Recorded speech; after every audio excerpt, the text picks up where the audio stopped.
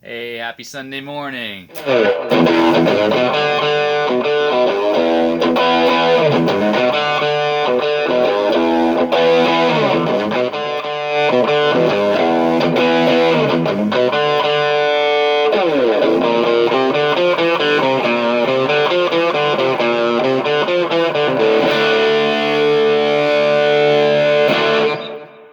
songs that really don't go together, but two guys that are having a birthday this week. I thought I'd mash them together. Don't do that live because they don't work. And we have Chicago. It's my Sweet Home Chicago Cup because Styx is from Chicago. Aerosmith is from Boston. And happy birthday week to Joe Perry from Aerosmith and Tommy Shaw of Styx, who are probably, out of my group of classic rock guys, they're really on my top 10. I mean, number one coolest of all time is Joe Perry. Let's drink to Joe Perry and being cool.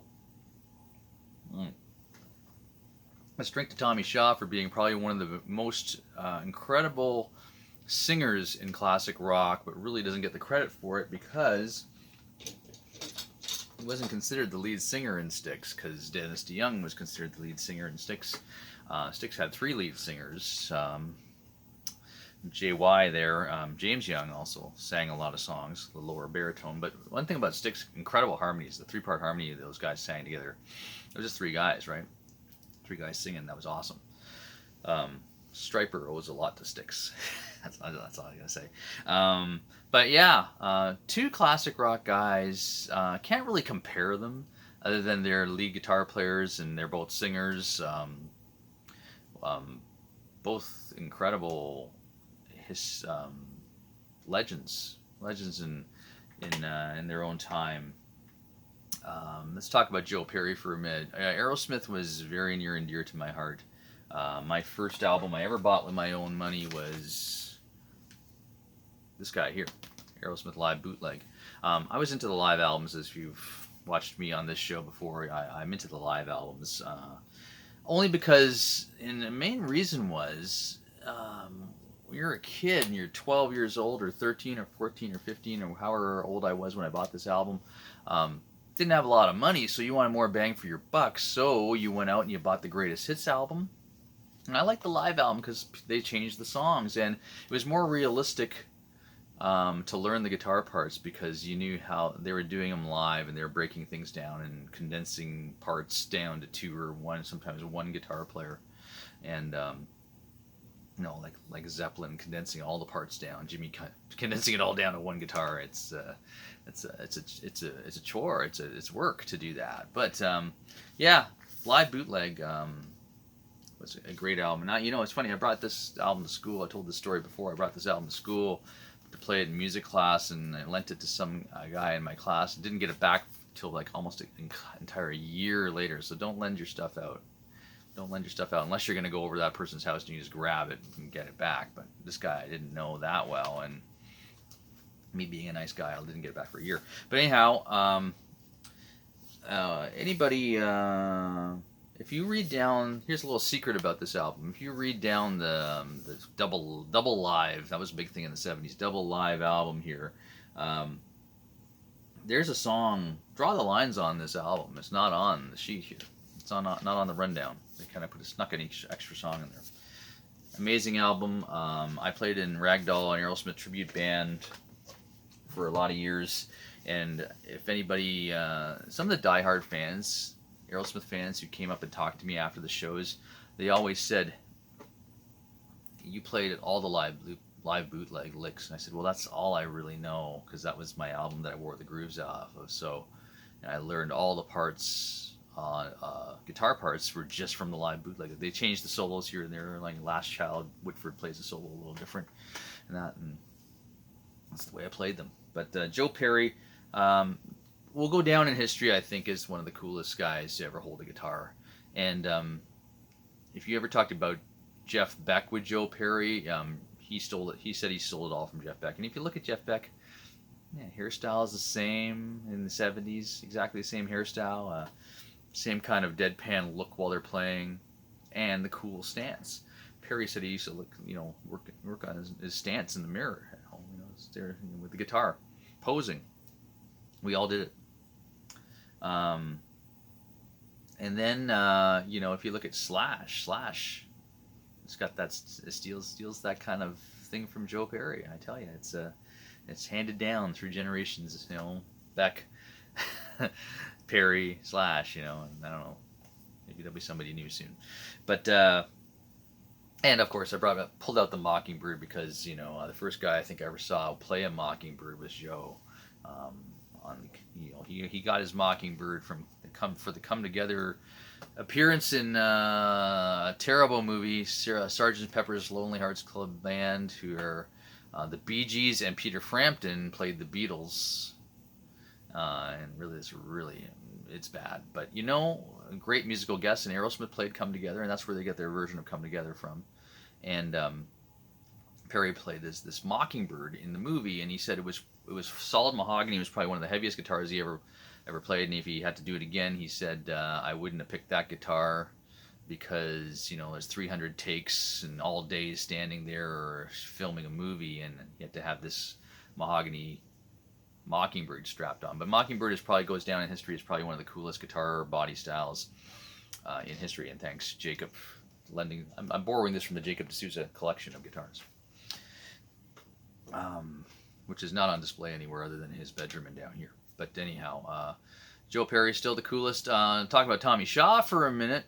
Tommy Shaw, like I said, I think two of my favorite lead singers in classic rock are Ann Wilson first. Male or female, Ann Wilson tops my list. And then, number 2 is Tommy Shaw. Tommy Shaw, I think, his songs, his singing, Crystal Ball, a lot of the songs that he sang lead on and Styx are incredible vocals. Blue Collar Man, blows away a lot of guys who are just lead singers. And he's a lead guitar player. A lot of great guitar playing too. I actually, I was gonna play that. Here's that. What's that solo? Oops! Whoa, that's wrong. There it is. Which is the. Sorry about that, guys. That Grand Illusion end solo. I was gonna play that. Obviously, I can't play it very well, but. James Young did that solo. I looked up on YouTube. I said, "Hey, wait, I better make sure that's Shaw," and it goes, "Not Shaw." So I played the end of Blue. I played another song.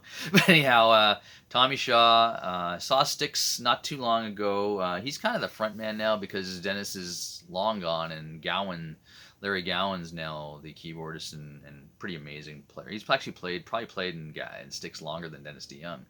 When you look at the history of things, But two amazing guys. A lot of parallels. They both took care of themselves really well. Tommy Shaw's a vegetarian. I don't know if that means anything, but I'm not sure. Joe Perry cleaned himself up after the big Aerosmith thing when they cleaned up their act. Read Joe Perry's book, and I always say this: read Joe Perry's book, rocks. And even if you're not a fan, you're just a guitar fan, read that book because it really opens your eyes to how much these guys went through in the '70s, and they were the pioneers. Styx, Aerosmith, Ted Nugent, the American arena rock guys. And they played a lot of festivals and stuff like that. And they were pioneering the whole how to make a band sound good in an arena and in a stadium. And they didn't know how to do that back then. They were just, you see the old Woodstock where, they're singing into 2 mics. That's because they have 2 PAs going on. The singer's singing into 2 mics left and right. And they didn't, that's just the way they did it. You gotta make it louder. Okay, put another mic up there. We'll plug them through the other PA.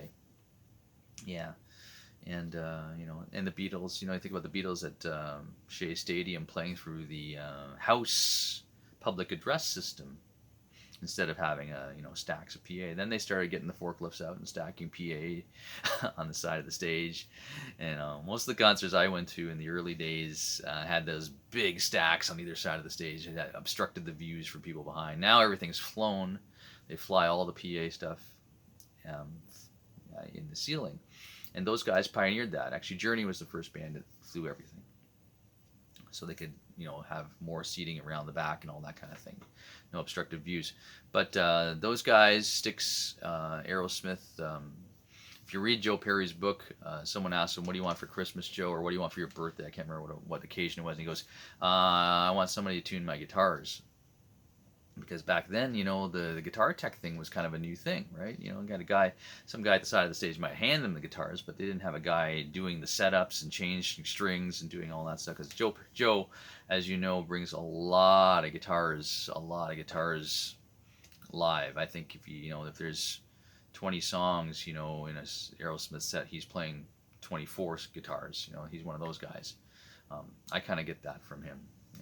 Those people who joke about how many guitars I bring to a gig. It's cool, and you gotta have different sounds, different tunings, that kind of thing. But Joe had to get some. Now I think when Aerosmith does tour, when they did tour a few years ago, I think he had two guys. One guy just took care of the tunings. The other guy had to watch him and do all the electronic stuff and that. And pretty cool stuff. I'm sure The Edge from U2 is the same way. And both guys, Tommy and Joe, love the vintage guitars. Tommy Shaw. You think Joe Perry's got a great collection? Take a look at some of the guitars Tommy Shaw has. Some incredible stuff. Old Gibsons and both are part of my Double Neck Friday crew, which is important to me if you haven't been keeping score. Anyhow, Joe had the BC Rich Bitch Double Neck was probably one of my favorite looking I mean, I freaked when I saw that thing. It's like, oh my god, there's a BC Rich Double Neck. And I never ever saw a Double Neck Mockingbird, but the BC Rich Bitch, incredible looking guitar. Tommy Shaw used Gibsons, and now I think he has in Damn Yankees and Styx, he was playing a Hamer double neck. He's got that double neck that has two 12-string necks, which is, I think I posted it this weekend. It's not photoshopped. That is actually, he broke the neck off in one of the spare 12s, so the Gibson put the 12 on. So that is actually a real guitar, whether he has it or not. He probably has it somewhere. He's one of those guys that keeps everything. But anyhow, cheers to those guys.